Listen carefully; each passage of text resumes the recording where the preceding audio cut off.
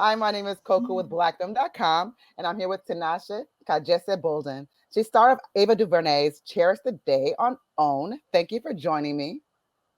Thank you so much. I'm so excited to be here. I'm so excited. And Tinashe, I've been trying to get to talk to you for quite some time, so I apologize. You guys didn't see the behind the scenes stuff. I was trying to work things out. You couldn't hear me. You could. I don't know I'm going to shake the computer a little bit when I get off with her. But she's just such a dynamic individual. And I just want to just have this conversation so you guys can get to know her more too here at Black Film. So Tinashe, I see you were raised in Zimbabwe and Kenya. Yes. I'm your neighbor next door, Tanzania.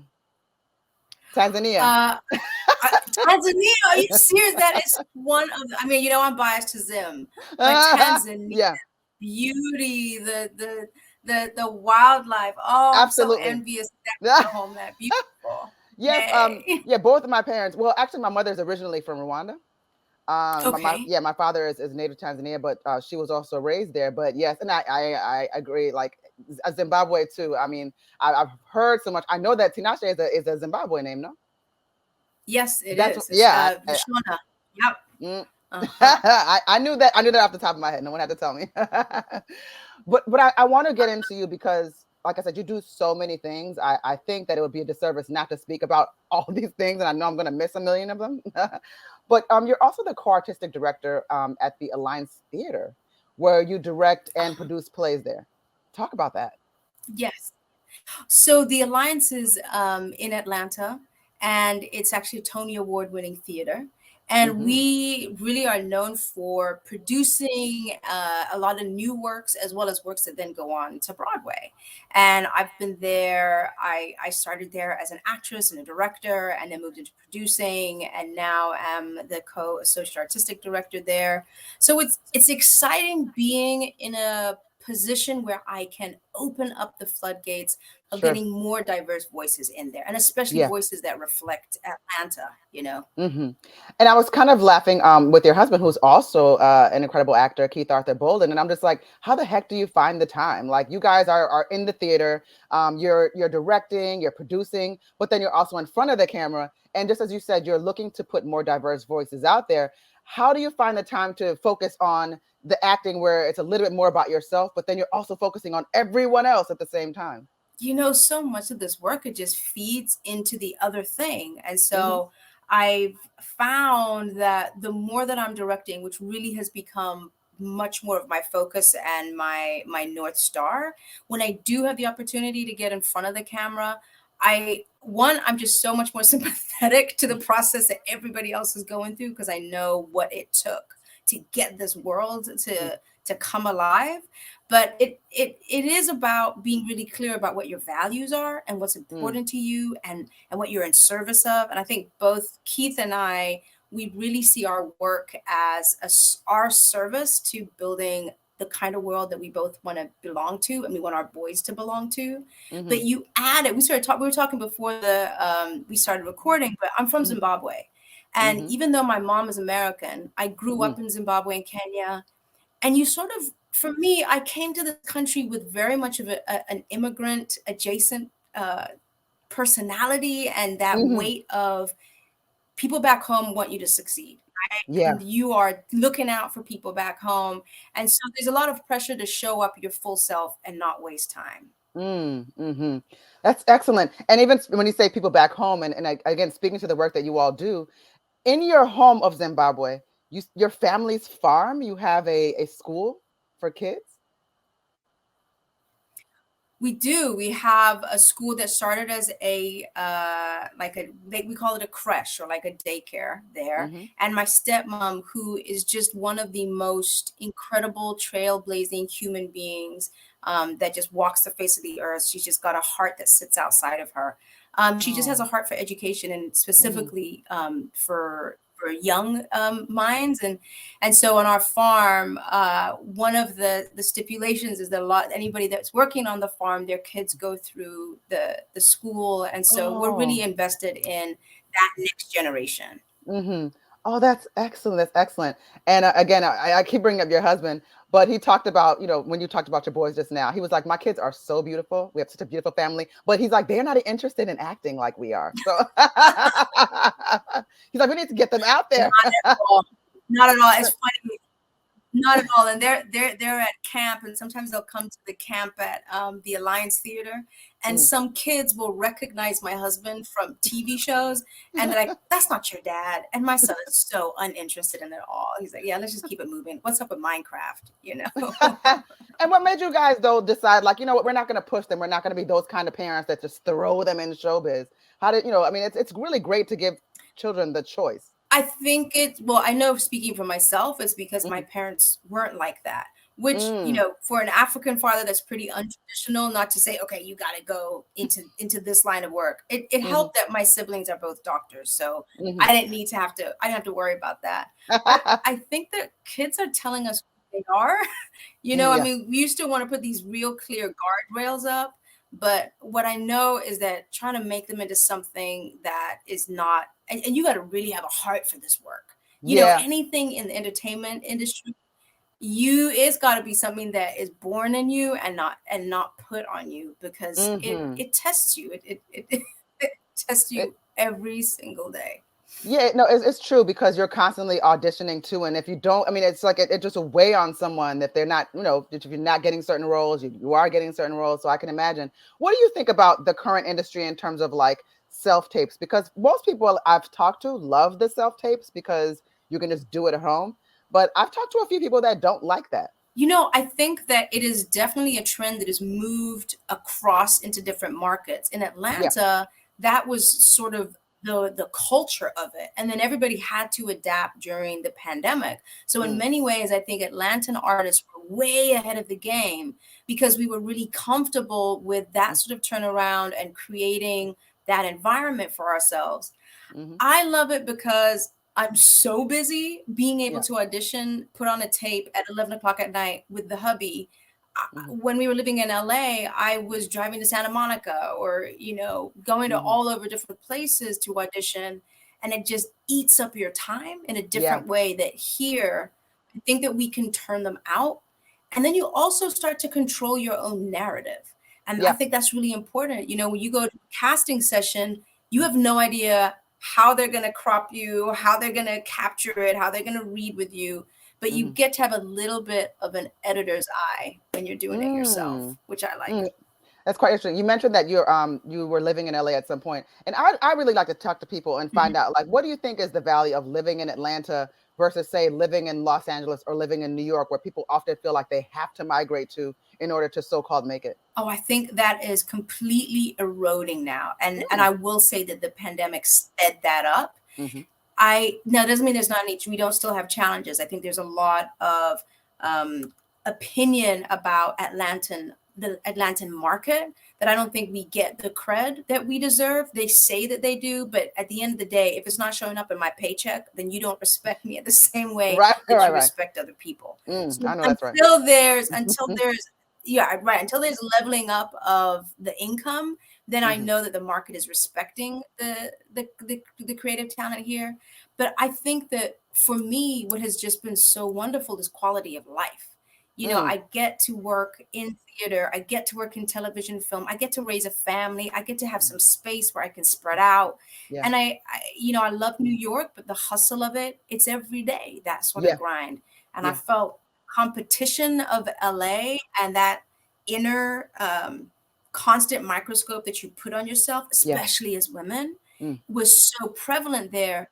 And here, what's baked into our culture for Black folk is hmm. that we love a curvy sister. We Yeah. love different, we come in such a spectrum, and it's Mm, embraced fundamentally in our city.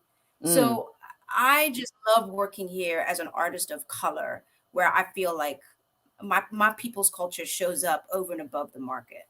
I know that's right. Your endorsement of Atlanta right now is going to have people moving out there in droves, as if they're not already. No, there's too many people. There's too many people. I know, Unless you're coming to see a show, unless right? you're coming to see a show at the Lion Theater, then yes, come. Everybody's always like, "We full. Do not come to Atlanta. The traffic is crazy." But we were here, or we are here actually, to talk about Cherish the Day, and I'd love for you to talk about your character and what you bring to that show. We're now in season 2, so talk about that, and Ava Duvernay too. Like, what a wonderful person to be able to, yeah, right. Getting getting that call was just, I was on set with Tasha Smith and Lee Daniels. I got the call that I booked the show, so I had to leave that set early. And when I got there, what is so exciting about Cherish the Day is that it is this really specific and narrow lens of looking at a relationship and all of the different ways that we can fall in and out of love. Yeah. But on top of that, yeah, at the epicenter, there's the romantic love. There's also this love between these two cousins. I played Lynette, who is Joy Bryant's cousin. But we grew up like sisters. And so the love between these two Black women and how one chose to take a life that would take her away from their hometown and explore her dreams, which was Joy's character. And Lynette decided to stay home and have a family and take a more traditional route. And when we come back as adults 20 years later, it's almost like you revert back to your childish behavior, how you were as a teenager, and you're back in your family home. And so the antics of that history show up in really delightful and fun and nuanced ways. Yeah. And Joy was just literally a joy to work with. I mean, every scene was just super easy. We played off each other. We trusted each other. Great directors, and the writing was just fantastic. Oh no, that's amazing to hear. So what's next for you? What have you got going on in Atlanta? I understand you have something brewing as far as New York. There are some Broadway productions that are coming down, but you learn this pretty early on. Until you are like lock set. Yeah. Final take. You don't talk. No. But I had the great privilege of working on Trading Places, the musical, which we did at the Alliance, and is set to move on to Broadway next year. And I'm about to do a new play by Stephen Brown, and it's called The Many Wondrous Realities of Jasmine Starkid. And it's also been picked up for a feature, which I'm really excited about. But then I'm also, as I said, I'm the line producer at the Alliance, and we're picking our next season, and just it's beautiful to be in a city which really is the nexus of cultural art and activity. So I have theater, I have film, our beautiful museum, the High Museum, and it's just an exciting place to be. But don't come, we're full, but come visit us. No, I will say this, but from speaking to you and your husband, you both just are such a delight, and you seem like you're just living out a dream in a way that you also incorporate others in it. And I cannot tell you how much it's so exciting to see two beautiful people just really, really just pour so much of themselves into others and into their own work. And it's just really nice to see that, And I know y'all full, but people could use no, right. We need people to see that example, okay? Like these are some fun because we don't often talk about it, and also we have this expectation that we'll wait until you're this huge celebrity to see that actually you can have a beautiful, fulfilling life with family and travel and do the art that makes you proud, and also have civic impact on it, so that it's not anything that's just surface. So that brings meaning. I freaking failed to mention that you're also a painter. So are you commissioning the art for okay. You are so kind to ask if I'm commissioning art. Let me tell you, I am my worst advocate for my pieces. I am, like I did a sidestep when I had my first son and I pursued a master's in interior architecture. And with that came and I was always a painter. But often when I would do a huge renovation, I would also then do a large acrylic piece of art for the client. And I've sort of kept that up. We're really blessed to have space downstairs in the basement where the kids and I paint. But it is actually an act of therapy as I'm doing my world building for shows that I'm directing. And I use that to sort of start canvassing what the visual tone of either a film or a play is going to look like. And just see where it starts to come out. Some people write, some people, some people, journal. Exactly. I was going to say journaling, but that's really interesting that you say that way. It's interesting. Like I find that people that sometimes you have to have a passion that you do kind of hold. It's for yourself. Like everything doesn't have Yeah. to be, like I feel like when people just don't have a hobby, sometimes you just kind of need an outlet that you don't have to give to the world. And I feel like we're so much better for that. So I completely understand why you would feel that way. And I wouldn't be the person to try to push you to sell if that's not in your heart to do. So I get it. I No, get it's not. Child, I'm always, let me make some money. it. So Exactly yes, right. but I'm like, there's two things on my bucket list. Is I think I definitely want to do a gallery show, like Yeah. reach Oh, out to nice. folks that I've given art to or that bought art from me and Yeah. do a showing. But I love what you said about something for yourself. I Yeah. think we are at such a time in society where our value is our work. Like that is who we are, is what we do. And I Yeah. just don't. Oh, I don't think everybody has that. They don't have the opportunity to work in something they're excited about, but it pays Yeah. the bills. So yeah, finding something that makes you feel seen and valued is essential in this crazy world. That is such a great ending message there. I see why you're so good at what you do. You can wrap that up in a little bow for me. Come on, you know how African girls do. I know exactly. We were so 10 steps ahead of it. No, I'm just kidding. But it's been such a pleasure and such a joy, and I'm so glad I got to speak with you today. Like I was saying, I've been trying to speak with this woman for a while, and it's just been a matter of coordination. And it's so funny because she has the most interesting availability because like I could have talked to her at 9 o'clock tonight. That And then no, I but know. it's so no, I think that's great. No, actually, like for me, that's wonderful. Like finally, somebody lets me kind of sleep in a little bit in the afternoon. Yeah, I'm like she's like on retail hours. Well, I just wanted to shout you out because you are an artist too, and I'm really Oh, grateful that you are shining a spotlight on other folk, and you're just pouring into our artistic ecology, sis. And I really appreciate you for what you're doing. thank you for saying that, Tinashe. I will say this about me, like from it's very like I love these one-on-one interviews where it's not necessarily just I love their press junkets too, but where I can actually speak to somebody and speak to their interests. And as you see here, I'm not here to try to bash anybody or to ask crazy questions. I'm not digging in anybody's life like a crazy mad person, but I really just want to know like what truly makes you wonderful and what about you can inspire someone else that's looking to do what you do. And that's just basically Mhm. that's sort of just how I roll with this. And it is just an honor to speak to people that can actually inspire. So that's why I love what I do too. So thank you for saying that to me. And I'll wrap it up in a bow, as you did too. My name is Koku with blackfilm.com, and I was here with Tinashe Kajese-Bolden, star of Ava Duvernay's Cherish the Day. It is on OWN, guys, now. Second season started on October 4th. You can watch it right now. Make sure that you're subscribed. And you will see that this lovely lady, first of all, you can see her anywhere. She's going to be on the theater stage. She's going to be on your TV. She's going to be doing whatever she wants to do. But I truly love that for you. And I'm glad I've gotten to know you a little bit more. Thank you. Let's talk again soon. For sure. Let me know, or I'll reach out once I see you on another project. I'll definitely reach out to you and see what we can do. I definitely look forward to it.